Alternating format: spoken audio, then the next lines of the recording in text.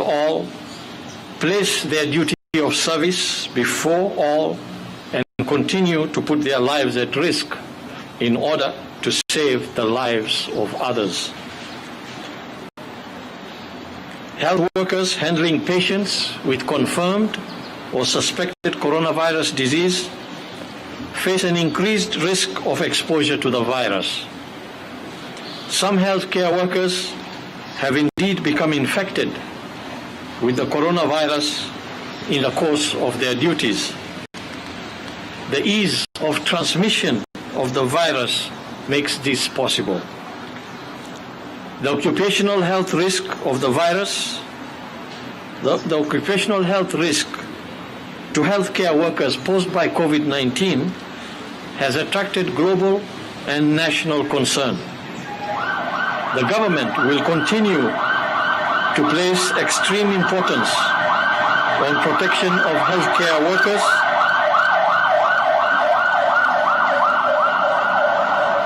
by ensuring that they have the right protective gear and if and when they get infected, that they receive the proper care. Ladies and gentlemen, when health workers are at risk, we are all at risk. COVID-19 infections of healthcare workers have been reported in many countries. Here at home, 450 of our valiant healthcare workers are currently infected, and we have so far lost 4 of them to the disease. Dr. Doreen Lugaliki, who was laid to rest over the past weekend, is the latest loss. May her soul and of all those Kenyans who have succumbed to the virus rest in peace. Yesterday, our team of top officials, led by the Director General of Health, Dr. Amoth, from the ministry, visited Pumwani Maternity Hospital, where another 22 healthcare workers have been found to be infected with coronavirus. It is therefore a public health priority for us to understand the risk factors for this vulnerable group to avert further occupational transmission. To achieve the highest level of effectiveness in the response to the COVID-19 outbreak, there is need to use the strategies and practices recommended in the national guidelines and protocols for infection prevention and control of COVID-19 spread. Therefore, it is important to emphasize the role of county and facility infection prevention and control programs with dedicated and trained teams supported by leadership at all levels. It has been noted that transmission of the disease among health workers is associated with overcrowding, lack of established practices of infection control, and poor implementation of infection prevention control guidelines and protocols. Other factors include inadequate training in infection prevention and control measures for both the frontline staff and support staff in health facilities. Lack of this training and knowledge leaves them exposed to respiratory-borne infectious diseases due to lack of personal protective equipment, while in other situations it is the poor understanding of the virus. Fellow Kenyans, in the context of the rapidly evolving COVID-19 pandemic, occupational health and safety systems are critical. There is need to institutionalize structured implementation of infection prevention and control measures in health, in our health facilities, in order to minimize transmission of COVID-19 among health workers. By doing so, this will also prevent interruption of service delivery and allow ongoing provision of safe and quality essential health services, while at the same time prioritizing patient and health workers' safety.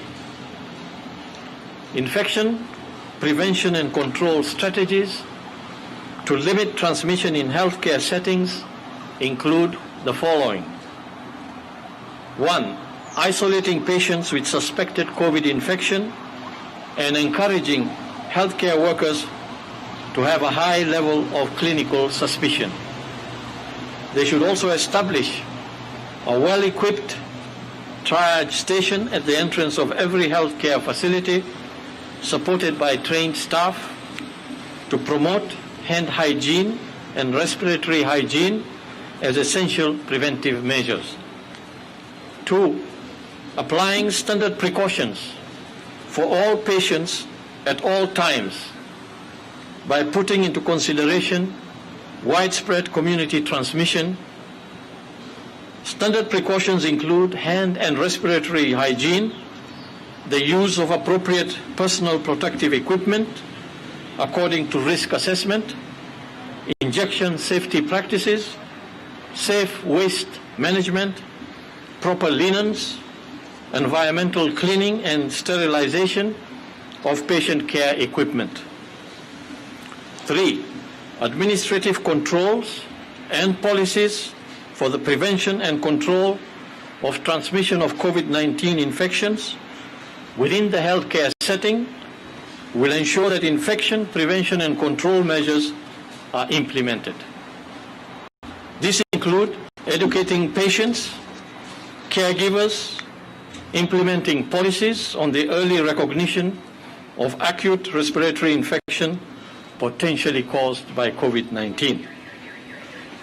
It will ensure access to prompt laboratory testing and quick turnaround times for results to minimize contact and exposure to positive cases.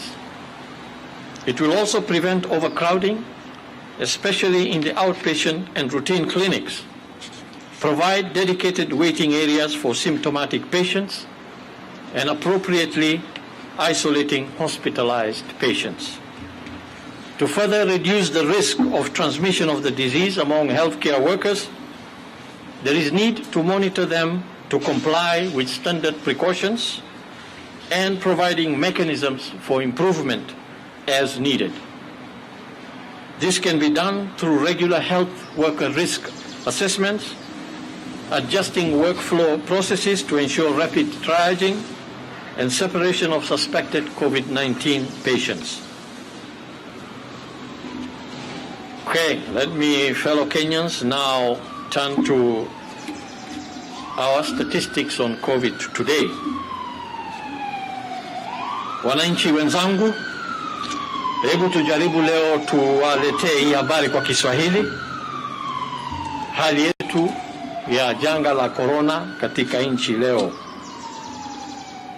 Leo tumepima sampuli 14,261 na kati ya hizi masampuli ambapo tumepima 461 zimepatikana kuwa positive. Kwa jumla wale watu ambapo wako nchi na ni positive ni idadi ya 11,252, na kwa jumla zile matest ambapo tumefanya mpaka leo ni 2,225,495. Kati ya hawa watu 461 ambapo wamekuwa positive, 320 ni wanaume na 141 ni wa kike. Mdogo wao ni mtoto ya mwaka moja na mkubwa ni mzee wa miaka 86.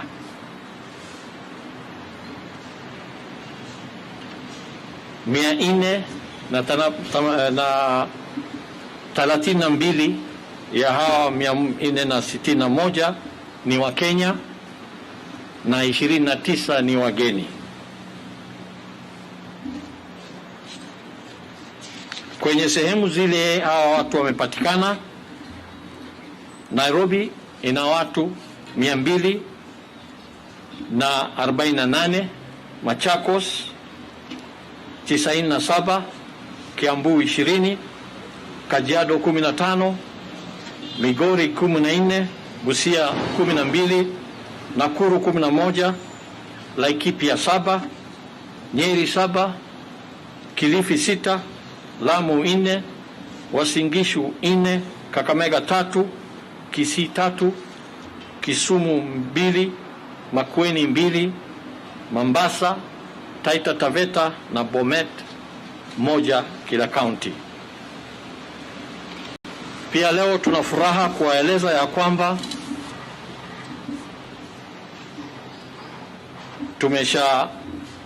tumeshawacha kutoka hospitali patients 51, na kwa sasa tumefika wale watu ambapo wameshapona kwa hii virusi, idadi yao sasa imefika 3,068.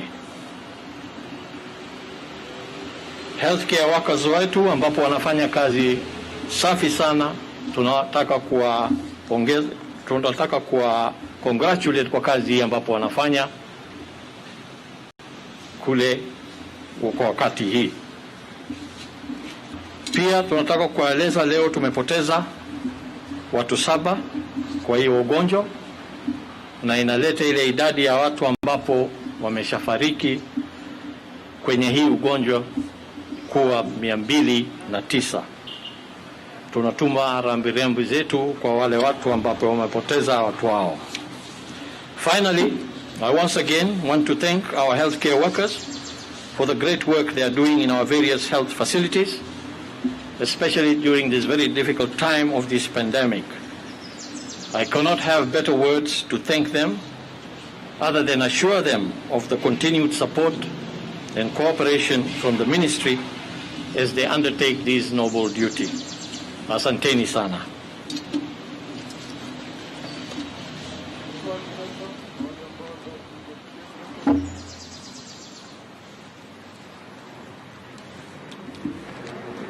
Raquel Mugai from Citizen TV.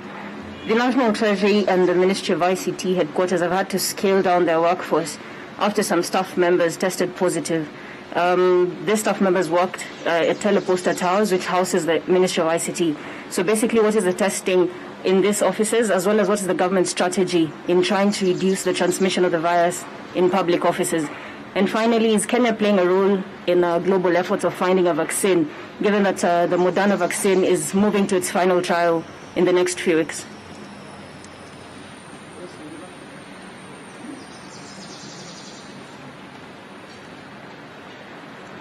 Thank you. My name is Gina Kirari from NTV. I'd like to inquire about the efficacy of the testing kits that are being used in the country. We know a majority of them are those that were given by China, and India rejected a few of those sample kits, so I'd like to know if the efficacy is up to date. Another question is, what is the status of the backlog of the samples being tested? Are we truly up to date with testing, or especially after issues such as the reagents not being able to be found, and the gap in the testing at the end of June? And then lastly, what is the future of sports in the country? We know right now it's a tricky time to return back to sports, but what is being done to compensate the sportsmen and women in the country? Thank you. Emmanuel To kutoka runinga ya KTN News. Swali moja tu. Je, kuna wahudumu wa afya walio katika hospitali ya Mama Lucy ambao wameweza kuambukizwa ugonjwa wa corona? Kunao ama hawapo? Asante.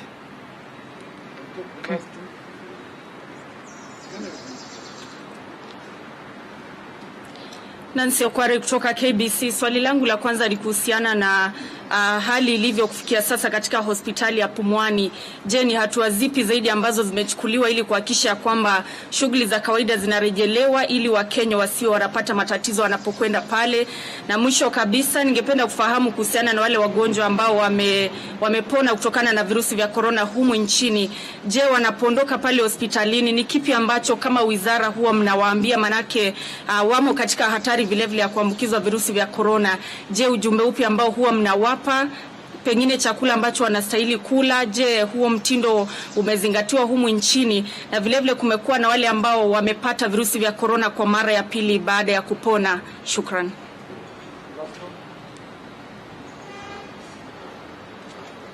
Thank you. Zainab Mohammed, TV47. What are the projections in terms of infections in the coming days, seeing that we are seeing a rise of numbers every day? Number two, we have seen a rise in the number of state agencies reporting positive cases. Is this a concern to the ministry?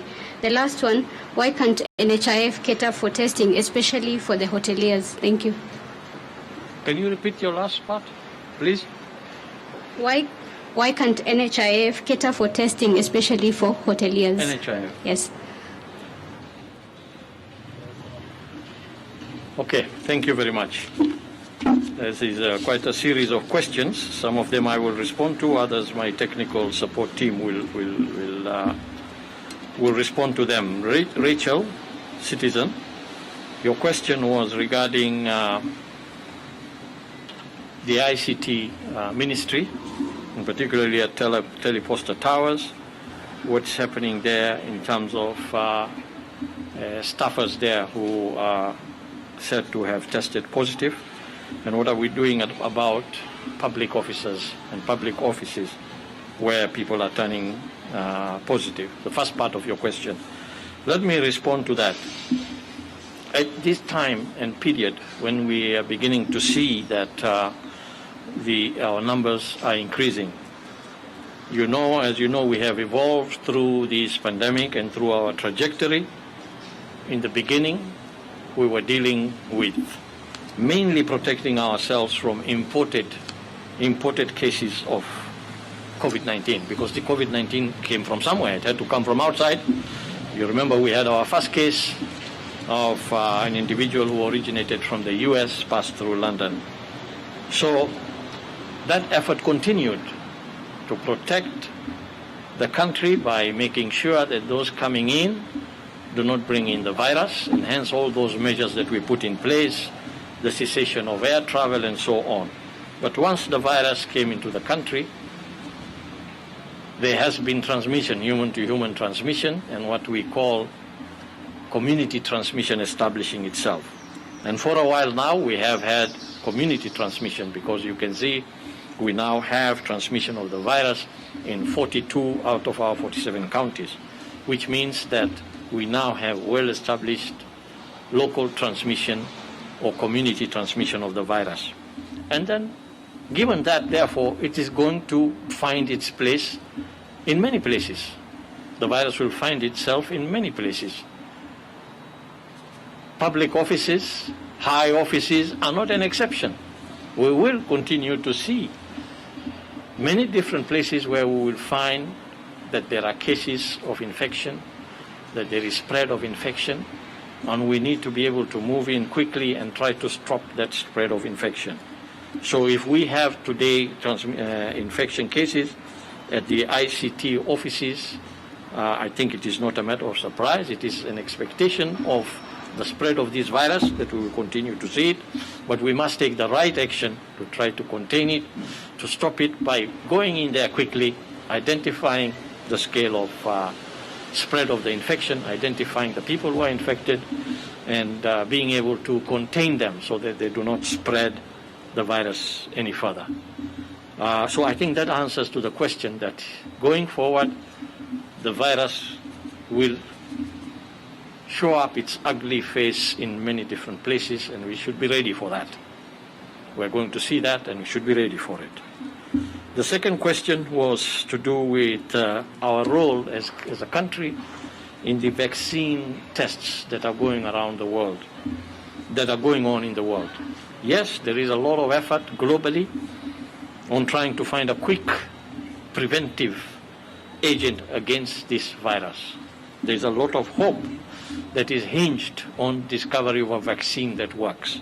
That would be good, but vaccine discovery and vaccine takes a long time.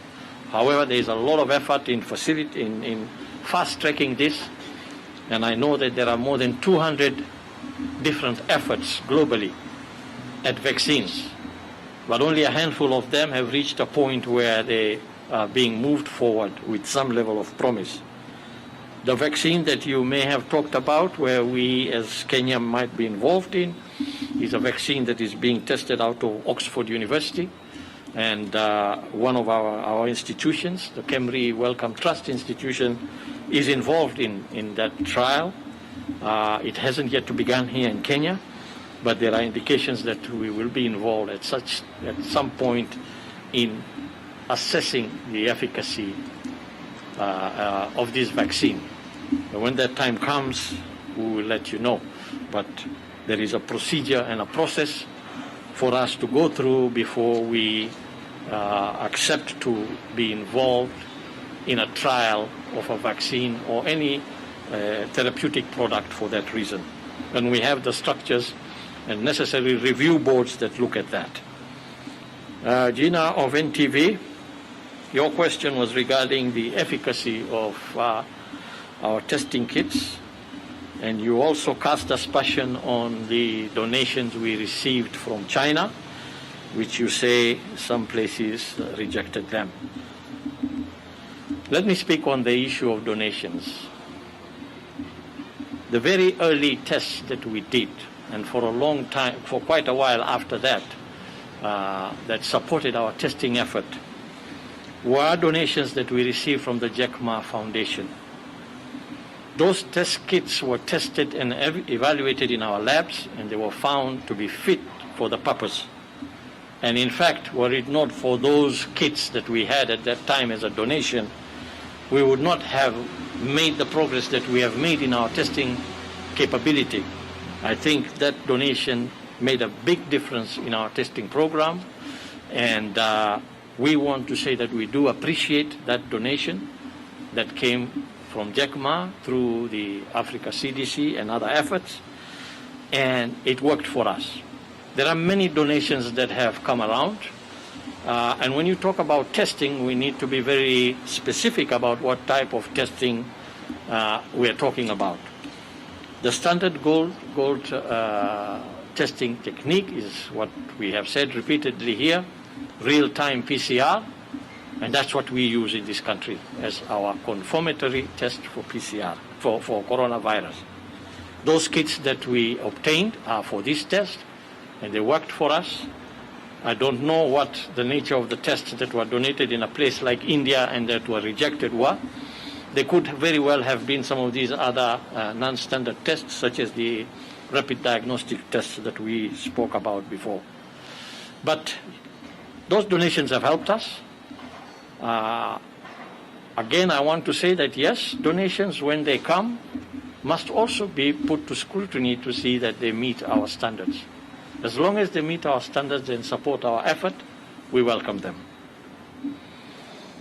The status of backlog of samples, maybe the DG might talk on that, but I do know that over the last several weeks now, we have had enough testing kits, more than 182,000 kits that we have had over the last 3-4 weeks. You have seen the scale of testing that we have been carrying out, more than 4,000, 5,000, 7,000 tests sometimes over 24 hours. That indicates that we have had these reagents, and we are able to continue with that testing. And I believe that we must by now have worked through whatever backlog that we may have had in those tests. Remember also that we have two different platforms for testing. We have what we call the high throughput automated systems that use a different set of testing kits, and then we have the manual systems that use another separate set of kits. So at any one time, it could be possible that we may not have enough of one set, but we may have sufficient of the other. And finally, your question was regarding the future of sports in the country. Well, you know, we can see we have opened up in certain sectors of the economy. Sports contributes to our economy. It also contributes to the well-being of our people. And clearly, we must do what we can to try to get our sports system working again. In many parts of the world, sports activities have opened up. And it depends on the nature of sport that we're talking about. I see no problem with those individuals, no contact type of sports. And I think that is happening in many places. Ours is largely an area where we excel in the area of athletics. Athletics are individual sports, mostly non-contact. We would like to see a situation where our athletes can go out there and compete and bring fame and glory to our country.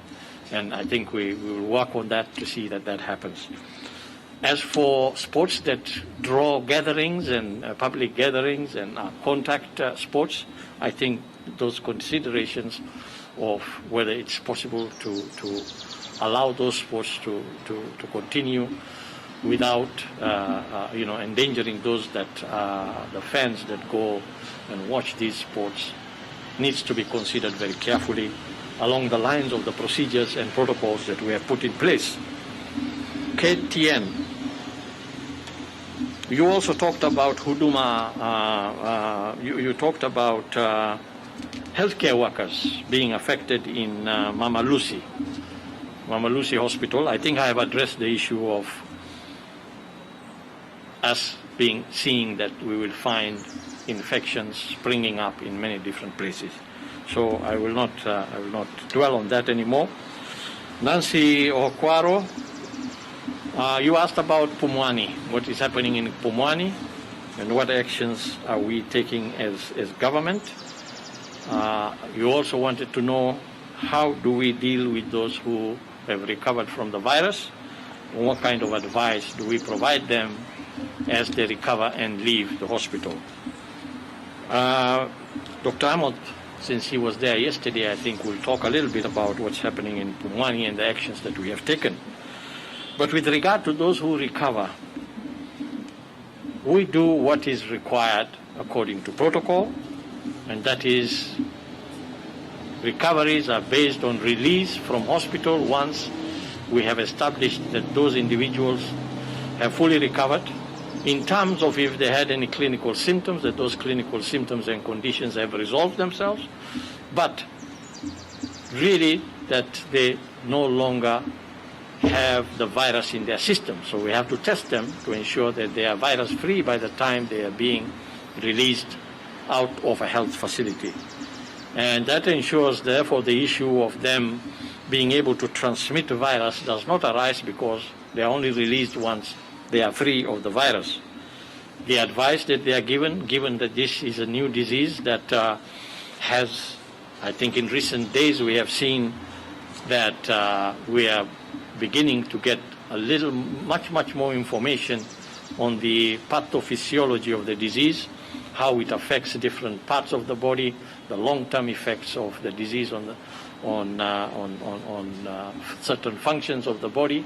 I think we are incorporating all that, taking it up, and we are ensuring that these people whom we release, we give them the right advice, we ask them what to watch out for, and we give them the necessary advice in terms of how to keep themselves healthy, how to keep themselves virus-free, and how not to be in a position where, in the event that they get reinfected, we don't even know whether people who have, with any certainty, and I know that question was asked, we do not know with any certainty whether people who have recovered from coronavirus get reinfected again.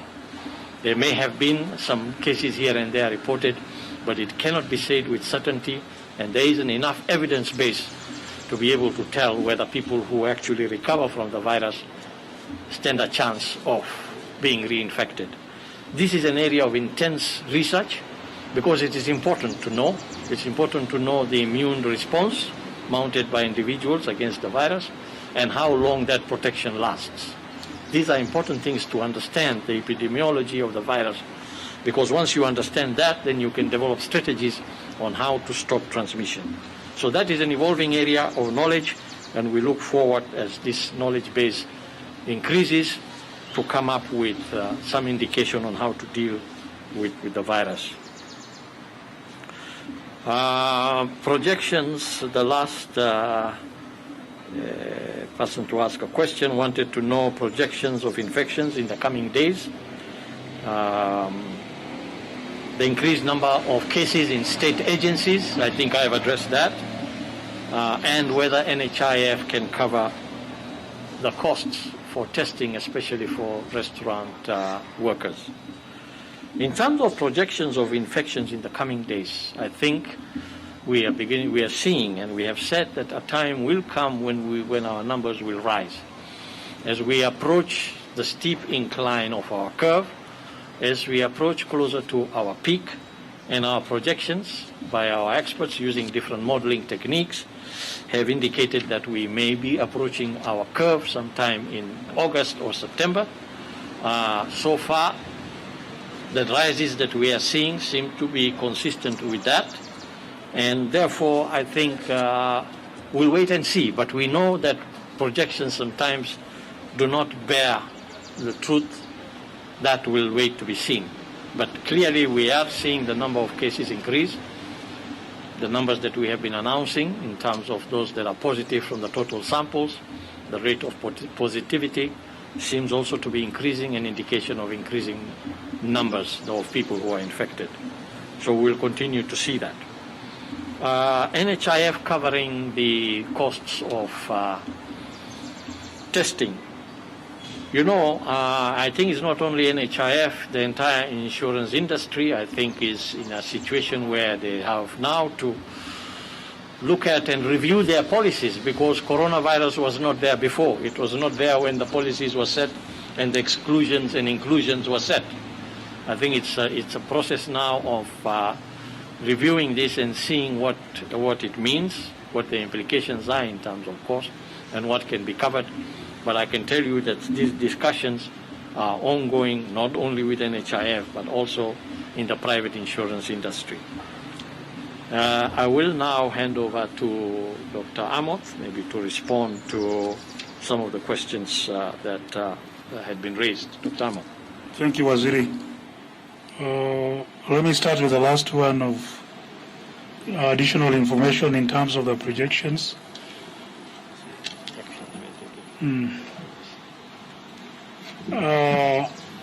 As Waziri has clearly stated, is that the numbers will increase as we approach our peak.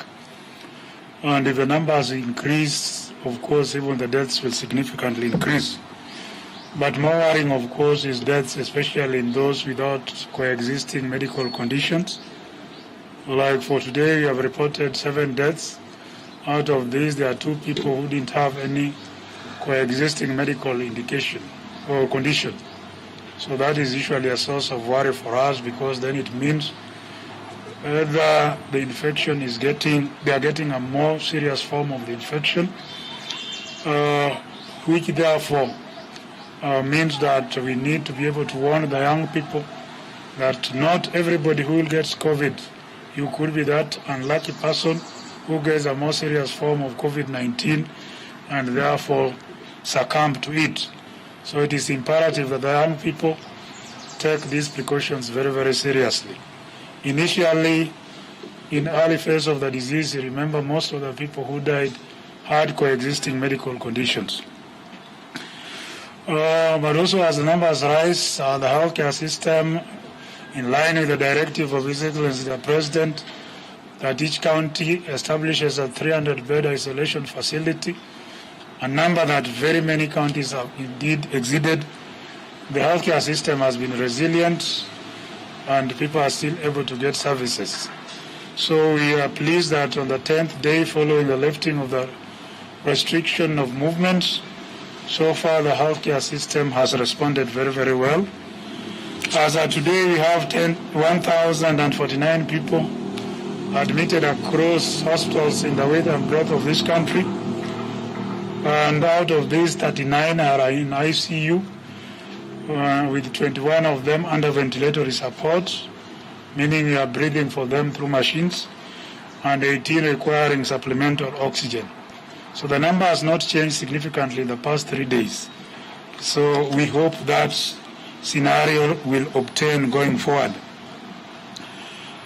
There was a question in terms of sports, which Waziri has also articulated too, but CS Mina Mohammed, CS for Sports, has formed a task force to which MOH is a member to be able to provide technical expertise in development of protocols and guidelines that will enable us to resume sports activities while assuring safety, public health safety of the Kenyan people and the individual athletes. There was a question of Pumwani. Yes, yesterday I was in Pumwani with my dear sister to my left, and on a fact-finding mission, and we indicated that 41 out of 290 healthcare workers had tested positive for COVID-19. 2 had subsequently recovered and been removed from isolation, but 39 were still on home-based care isolation in various places in Nairobi. And the support that the ministry has extended to them includes, in our meeting yesterday, the need for further capacity building and sensitization of the healthcare workers on case management, provision of additional personal protective equipment for safety of the healthcare workers as they deliver on their mandate. We are also ramping up infection prevention control guidelines in the hospital, the issues of hand washing, use of sanitizers, masking, and of course physical and social distance, including closure of common areas where healthcare workers tended to gather, like the tea room near the labor ward. The hospital has also, in conjunction with Nairobi Metropolitan Services, established an isolation facility for healthcare workers who may not qualify for home-based care, and of course will continue to offer them continued psychosocial support during this difficult period. But of note is that these 39 in Pumwani, none of them were symptomatic and none of them had any underlying medical condition. So we are very, very hopeful that they'll be able to pull through. Yesterday and today again we commenced testing of the remaining 100 healthcare workers, so the total complement of about 390 healthcare workers in that institution will be tested for COVID-19, and the same measures will apply in case anybody turns positive. The issue of recoveries, I think Waziri addressed that very, very conclusively. But also to be able to add to that is, of course, we continue to offer them psychosocial support, advice on nutrition, the kind of foods to eat, and of course the need to maintain other infection prevention control measures that apply to all of us. The status of backlog, yes, again I want to confirm we don't have any backlog of cases, because in the past 3-4 weeks we have had sufficient quantities of test kits and reagents, and therefore we have tested as we pick the samples. But as countries move on again to reimpose restrictions, like what is happening in America, going forward there could potentially be challenges in terms of acquisition of these important commodities. So we could again get into headwinds going forward, but we'll always do our best as a government to ensure that our testing is sustained. There was a question of the vaccines. Yes, something exciting coming from Moderna, which is a biotechnology company in America, using a totally new approach to development of vaccines. They're using part of the virus, inject it into your body, and that particle is called mRNA, messenger RNA, which stimulates the production or formation of a protein that is found in corona, called the spike protein. This spike protein is like a pin that enables it to attach and infect the other cells. So once it infects the other cells, then your body naturally, because this is a foreign antigen or a foreign body, produces an immune reaction leading to formation of antibodies. And it is this that we need, because these antibodies then, if you form them in sufficient quantities, if you then get into contact with the real coronavirus, then the antibodies will be able to neutralize it and prevent you from getting infection. So this Moderna vaccine has gone through phase 1, where it was tested in just a small number of people to look at two issues. One is safety, and of course number 2 is whether you develop an immune reaction if you are given the vaccine. And out of the 45 people who are given the vaccines, all of them developed an immune reaction. They produce antibodies. Of course, the highest antibody production was noted in the last group, which was given a higher dose of 250 micrograms. But also because of the higher dose, they experienced the greatest side effects, including headache, muscle pain or myalgia, fever, nausea, and delirium. So going forward, a 250 microgram dose will be pulled off as we go to phase 2, where we are now going to test the vaccine in thousands of people. You remember we started with 45 in batches of 15. So now we can go into hundreds and thousands. Then in phase 3, you continue again to monitor for safety and immune reaction in hundreds of thousands. So this going forward is good progress, but again with a caution that even if you are to get the virus, of course, probably the people in the first world will be able to access it first before it comes to the developing world.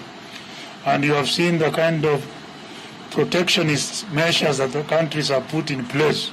So we think going forward some countries will insist on those tendencies. But the natural best thing to do once you develop the vaccine is to avail it to everybody. Because corona anywhere is corona everywhere. I think that is all for today. Thank you. Thank you, Amot. I want to make a correction. Nimeelezwa ya kwamba wakati nilikuwa nikisema wale ambapo tumetest ni 4,261. Niambiwa nilisema 1,400. 4,261. Anyway, you will be getting the statistics and the document here with the correct figures. Thank you very much. What we want to do next is we have some innovators, local innovators here who have come up with some innovation which we want to test and see how this innovation works. And we want to encourage our people to use their abilities and innovation and come up with products and ways in which we can support the COVID response. Thank you.